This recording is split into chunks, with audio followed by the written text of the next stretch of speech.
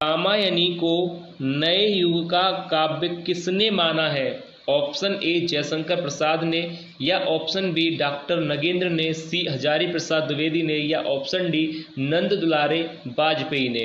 कामायनी, इसके रचनाकार कौन है? जयशंकर प्रसाद। पहले तो आप याद रखिएगा कामायनी के लेखक हैं जयशंकर प्रसाद और यह एक महाकाव्य है। अब इस काव्य को नए युग का काव्य किसने माना है? तो देखिए राइट आंसर हो जाएगा ऑप्शन डी। याद रखिएगा नंद दुलारे वाजपेयी ने इसे यानी कामायनी को नए युग का काव्य कहा है। तो याद रखिएगा ऑप्शन डी यहाँ पर राइट हो जाएगा। अब इसके बाद आगे देखिए अगला प्रश्न है, राका, मानसी, विसर्जन, यह तीनों कृतियां किस कवि की हैं? Option A Jaishankar Prasad, B Sumitra Nandan Pant, C Suryakant Tripathi Nirala, या ऑप्शन डी उदय शंकर भट्ट। राका, मानसी और विसर्जन ये जो तीनों कृतियां हैं उदय शंकर भट्ट की हैं, यानी ऑप्शन डी यहाँ पर बिल्कुल राइट आंसर हो जाएगा। उदय शंकर भट्ट राका, मानसी, विसर्जन इन तीनों कृतियों के लेखक हैं। तो यहाँ पर राइट आंसर हो जाएगा ऑप्शन डी। अब इसके बाद देखिए आगे यहाँ पर प्रश्न दिया गया है। देखिए अगला प्रश्न दिया गया है, गांधीवाद कवि हैं ए मैथिली शरण गुप्त, या सियाराम शरण गुप्त, सी पंत, या डी जयशंकर प्रसाद। इन चारों में से कौन गांधीवाद कवि हैं? तो देखिए ऑप्शन बी यहाँ पर राइट हो जाएगा, सियाराम शरण गुप्त। ठीक है, यहाँ तक आपको क्लियर। अब इसके बाद देखिए अगला प्रश्न है, छायावाद का घोर समर्थक पत्र किसे माना जाता है? ए हंस, बी कल्याण, सी जागरण, या ऑप्शन डी सरस्वती। इन चारों में से किसे छायावाद का घोर समर्थक पत्र माना जाता है? तो देखिए राइट आंसर हो जाएगा ऑप्शन सी, जागरण को। याद रखिएगा जागरण पत्र को छायावाद का समर्थक पत्र माना जाता है। ठीक है, अब इसके बाद अगला प्रश्न यहाँ पर दिया गया है। देखिए अगला प्रश्न है, महादेवी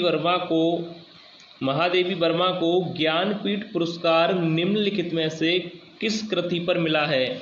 ए सांदगीत, बी निहार, सी सुखदा, या ऑप्शन डी यामा। इनमें से किस कृति के लिए महादेवी वर्मा को ज्ञानपीठ पुरस्कार मिला था? तो देखिए इन चारों में से राइट आंसर हो जाएगा ऑप्शन डी, यामा के लिए महादेवी वर्मा को ज्ञानपीठ पुरस्कार से सम्मानित किया गया था। तो याद रखिएगा यामा पर ज्ञानपीठ पुरस्कार मिला था महादेवी जी को। ठीक है, अब इसके बाद देखिए अगला प्रश्न है। अगला प्रश्न यहाँ पर आप देखिए दिया गया है, प्रसाद कृत प्रलय की छाया की विषय वस्तु के केंद्र में है? ए महाराणा प्रताप की पराभव, बी पद्मिनी का अग्निदाह, सी जल प्रलय, या ऑप्शन डी रानी कमलावती का पश्चाताप। जयशंकर प्रसाद कृत प्रलय की छाया की विषय वस्तु के केंद्र में है। किस विषय वस्तु के केंद्र में है? आपने पढ़ा होगा।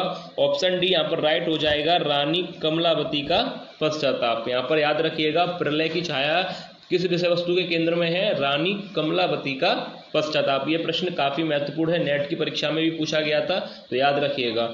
अब इसके बाद देखिए अगला प्रश्न यहाँ पर दिया गया है। देखिए अगला प्रश्न है, निराला अपना प्रिय कवि किसे मानते हैं?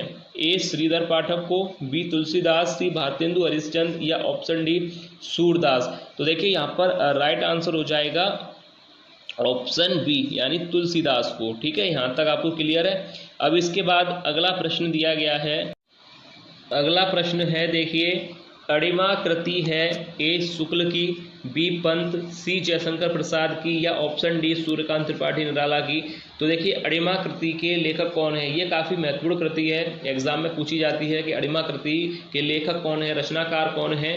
तो याद रखिएगा सूर्यकांत त्रिपाठी निराला, ऑप्शन डी यहाँ पर राइट हो जाएगा, इसके जो है लेखक हैं। अब इसके बाद देखिए अगला प्रश्न है, हम दीवानों की क्या हस्ती आज यहाँ कल वहाँ चले पंक्तियाँ के रचनाकार कौन है, या पंक्तियाँ किसने कही हैं? ए पंत, बी रामकुमार वर्मा, सी भगवती चरण वर्मा, या डी नरेंद्र शर्मा। तो ये जो पंक्तियाँ हैं ना, ये काफ़ी महत्वपूर्ण है आप लोगों की परीक्षा के लिए, क्योंकि अगर आप देखेंगे तो काफ़ी बार ये पंक्तियाँ पूछी जाती हैं। हम दीवानों की क्या हस्ती है आज यहाँ कल वहाँ चले। तो याद रखिएगा किसकी हैं ये पंक्तियां, यानी किसने कही हैं? भगवती चरण वर्मा ने, यानी ऑप्शन सी यहाँ पर राइट होगा। हम दीवानों की क्या हस्ती है, आज यहाँ कल वहाँ चले के रचनाकार हैं, इन पंक्तियों के लेखक हैं भगवती चरण वर्मा। अब इसके बाद देखिए यहाँ पर अगला प्रश्न दिया गया है।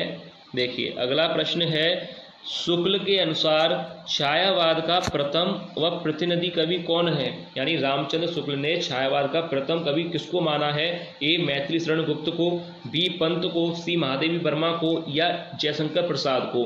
तो देखिए यह प्रश्न हर वीडियो में एक प्रश्न आप लोगों को दिया जाता है, तो आज की वीडियो का यह प्रश्न आप लोगों को अटेम्प्ट करना है। आप लोग बताइएगा कमेंट करके कि इस प्रश्न का राइट आंसर क्या होगा। यानी रामचंद्र शुक्ल ने किसको छायावाद का प्रथम कवि माना है? मैथिली शरण को, पंत को, महादेवी वर्मा को, या प्रसाद को। ठीक है, अगर यहाँ तक आप लोग आए हैं तो इस प्रश्न का आंसर कमेंट करके जरूर बताइएगा। अब इसके बाद देखिए अगला प्रश्न आप देखें तो दिया गया है कि शक्ति के विद्युत कर्ण मानवता हो जाए किस काव्य से ली गई है? तो देखिए ये तो काफी सरल प्रश्न है। शक्ति के विद्युत कर्ण डैश डैश मानवता हो जाए किस काव्य से लिया गया है? तो आपको पता है कि इसमें आपको ऑप्शन भी देखने की जरूरत नहीं है, काफी सरल प्रश्न है। ऑप्शन डी यहाँ पर राइट हो जाएगा, कामायनी। कामायनी सबसे प्रमुख महाकाव्य है, इस पर आधारित प्रश्न एग्जाम में बनता ही है। तो आप लोग कामायनी से संबंधित आप अच्छी तरह से पढ़ के जाइएगा, अच्छी तरह से तैयारी कीजिएगा। कामायनी के रचनाकार कौन हैं, महाकाव्य है, कितने इसके सर्ग हैं, हर सर्ग के नाम आपको पता होना चाहिए। ठीक है, याद रखिएगा। और कामायनी के संदर्भ में किस किस ने क्या क्या कथन कहा है, ठीक है, ये सब आप जो बिंदुओं पर ध्यान जरूर दीजिएगा। काफ़ी ज़्यादा महत्वपूर्ण है कि कामायनी के संदर्भ में किस कवि ने क्या कथन दिया है, क्योंकि इस पर प्रश्न बनते हैं और काफ़ी महत्वपूर्ण महाकाव्य है ये जयशंकर प्रसाद का। अब देखिए इसके बाद अगला यहाँ पर प्रश्न देखें तो दिया गया है। देखिए वही बात मैंने आपसे की थी, यह प्रश्न बनते हैं कि कामायनी में कितने सर्ग हैं। देखिए आगे यहाँ पर ए 17, बी 13, सी 15 या डी 10। कामायनी में कितने सर्ग हैं? तो ऑप्शन सी राइट हो जाएगा, 15 सर्ग हैं। याद रखिएगा कामायनी में सर्गों की संख्या है 15। अब इसके बाद देखिए अगला यहाँ पर प्रश्न है कि बभ्रुवाहन कृति के रचनाकार हैं ए दिनकर, बी प्रसाद, सी रामकुमार वर्मा या डी आचार्य शुक्ल। तो राइट आंसर हो जाएगा बी जयशंकर प्रसाद। याद रखिएगा इस कृति के जो रचनाकार हैं वह हैं जयशंकर प्रसाद। अब इसके बाद देखिए अगला प्रश्न है, अगला प्रश्न दिया गया है, कथा सम्राट किसे कहा जाता है? ए प्रेमचंद को, जैनेन्द्र कुमार को, अज्ञे को या फणीश्वरनाथ रेणु को। इनमें से किसको कथा सम्राट कहा जाता है? तो याद रखिएगा ऑप्शन ए राइट हो जाएगा, मुंशी प्रेमचंद को। सरल प्रश्न है, कथा सम्राट किसे कहा जाता है? मुंशी प्रेमचंद को। अब इसके बाद अगला प्रश्न दिया गया है, निम्नांकित प्रश्न में दी गई रचना के रचनाकार के सही विकल्प का चयन कीजिए। रचना यहाँ पर दी गई है उर्वशी। उर्वशी के रचनाकार कौन है? पहला ही ऑप्शन राइट हो जाएगा, रामधारी सिंह दिनकर। सरल प्रश्न है इसलिए इसमें ज़्यादा समय नहीं लेंगे। तो याद रखिएगा कथा सम्राट किसको कहा जाता है? मुंशी प्रेमचंद को। और उर्वशी के यहाँ पर रचनाकार हैं रामधारी सिंह दिनकर। अब इसके बाद देखिए अगला प्रश्न देखते हैं। देखिए अगला प्रश्न है, विद्यापति की पदावली की भाषा क्या है? ए मैथिली, बी ब्रजभाषा, भोजपुरी या मगही। तो विद्यापति की प्रमुख भाषा क्या थी?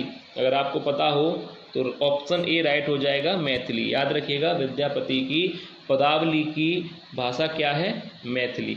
अब इसके बाद अगला प्रश्न है कि सूरदास के गुरु कौन थे? रामानंद, मध्वाचार्य, रामदास या वल्लभाचार्य। तो सूरदास के गुरु थे ऑप्शन डी राइट हो जाएगा, वल्लभाचार्य। ठीक है, याद रखिएगा सूरदास के गुरु कौन थे? वल्लभाचार्य। अब इसके बाद अगला प्रश्न देखिए यहाँ पर दिया गया है, फिर कामायनी से संबंधित प्रश्न पूछा गया है। कामायनी किस प्रकार का ग्रंथ है? खंड काव्य है, रेखा चित्र है, महाकाव्य है या निबंध है? आपको पता है ऑप्शन सी क्लियर, यहाँ पर आंसर होगा महाकाव्य। ठीक है, याद रखिएगा वही मैंने आपको बताया था कि कामायनी से संबंधित आपको कोई भी बिंदु को नहीं छोड़ना है, सारे तथ्य आपको पता होना चाहिए, क्योंकि इन पर प्रश्न बनेगा और जरूर प्रश्न बनता है कामायनी पर। तो आप अच्छी तरह से पढ़िएगा इसके बारे में।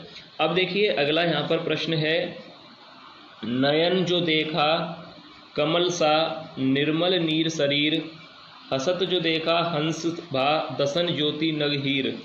प्रस्तुत पंक्तियों के रचयिता कौन हैं? यह पंक्तियां किसने कही हैं?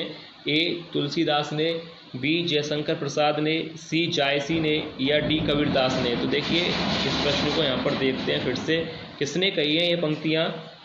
तो याद रखिएगा यह पंक्तियां हैं मलिक मोहम्मद जायसी की, यानी ऑप्शन सी राइट हो जाएगा।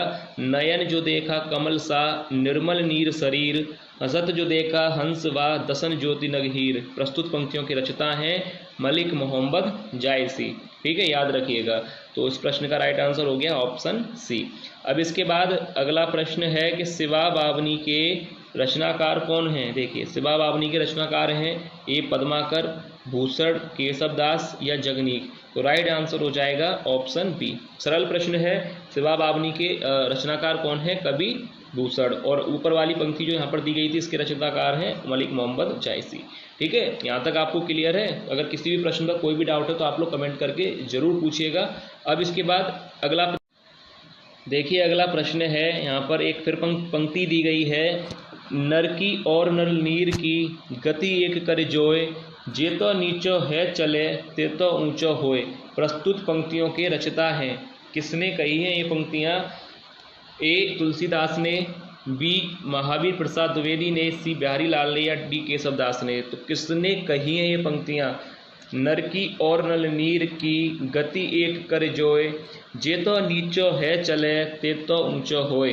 तो ये जो पंक्तियाँ हैं ऑप्शन सी राइट हो जाएगा, बिहारी लाल ने कही हैं। इसके रचनाकार हैं बिहारी जी, याद रखिएगा। अब इसके बाद आगे यहाँ पर प्रश्न देखिए दिया गया है, हिंदी को छंदों की परिधि से मुक्त कराने वाले थे ए सुमित्रानंदन पंत, बी जयशंकर प्रसाद, सी महादेवी वर्मा या सूर्यकांत त्रिपाठी निराला। कौन सा कवि है जो हिंदी कविता को छंदों की परिधि से मुक्त कराने वाला था? तो ऑप्शन डी यहाँ पर राइट हो जाएगा, सूर्यकांत त्रिपाठी निराला। यह प्रश्न एग्जाम के लिए अच्छा प्रश्न है कि हिंदी कविता को छंदों की परिधि से मुक्त कराने वाले थे। तो अगर ये प्रश्न आता है तो याद रखिएगा सूर्यकांत त्रिपाठी निराला यहाँ पर राइट आंसर होगा। अब अगला प्रश्न है कि निम्नलिखित में से कौन सी भाषा देवनागरी लिपि में लिखी जाती है? ए गुजराती, उड़िया, मराठी या सिंधी। अब देखिए कौन सी भाषा है जो देवनागरी लिपि में लिखी जाती है? सरल प्रश्न है, सी राइट हो जाएगा, मराठी। ठीक है, याद रखिएगा।